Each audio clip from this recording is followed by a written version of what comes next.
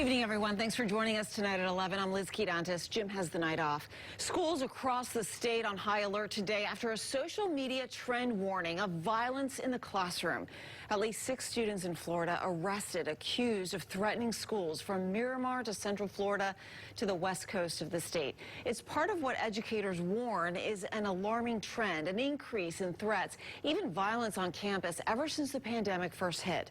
CBS 12's Jay O'Brien reports it's affecting schools nationwide and even here in our area. He joins us live. Jay? Yeah, this is a real trend, Liz. Here in Palm Beach County alone, the school district reported a 118% increase in weapon incidents in school compared to the year before the pandemic. That goes along with a 35% increase in threats to schools, overall threats. But here is the big number.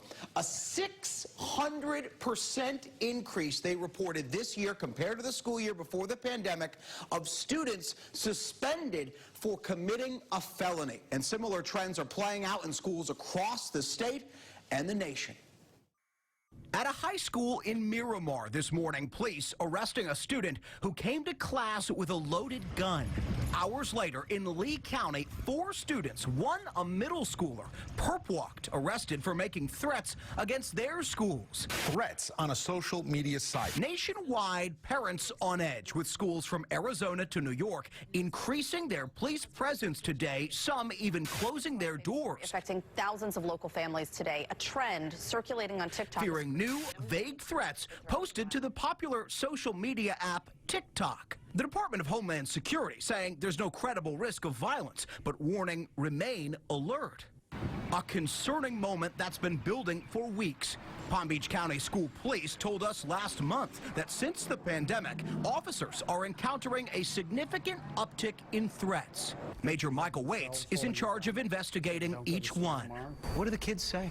A lot of them say, I did it as a joke. I thought it would be funny. They don't understand that once you do that post, once you put it on the internet, second-degree felony in the state of Florida, whether it's a joke or not. We can view what's going on at our schools at all times. School Police Chief Dan Alexander warns threats are now accompanied by a rise in troubling violent behavior, like more fights on campus. He believes much of it can be blamed on outside crime making its way into the classroom. There's a close to a 30% increase in homicides. And that's filtering into schools. That ultimately is going to filter into schools to a degree. But the U.S. Surgeon General now warning the nation's youth are in a mental health crisis, supercharged by the pandemic, something Counselor Issa Allen has seen firsthand. That there's an increase in depression, there's an increase in anxiety, there's an increase in self-harm. She warns those pent-up emotions are causing some kids to act out in school, potentially with violent consequences. Going back into that environment where you're having to listen to a teacher and have that boundary and structure, it's just hard to kind of get into the groove of things when you were at home, you know, kind of doing it on your own. Now, Allen pointed out the vast majority of students who are dealing with mental health difficulties or just having a hard time adjusting to the classroom, they're not violent. They may just need a little extra boost, she says. The local educators we spoke with encouraged students who may need some support to talk to someone. It can be a teacher, a coach, or of course a counselor. The other piece of advice we heard was for parents, and it came from school police officers. Officers warned parents to make sure that you're monitoring what your child is doing or saying online before it's too late.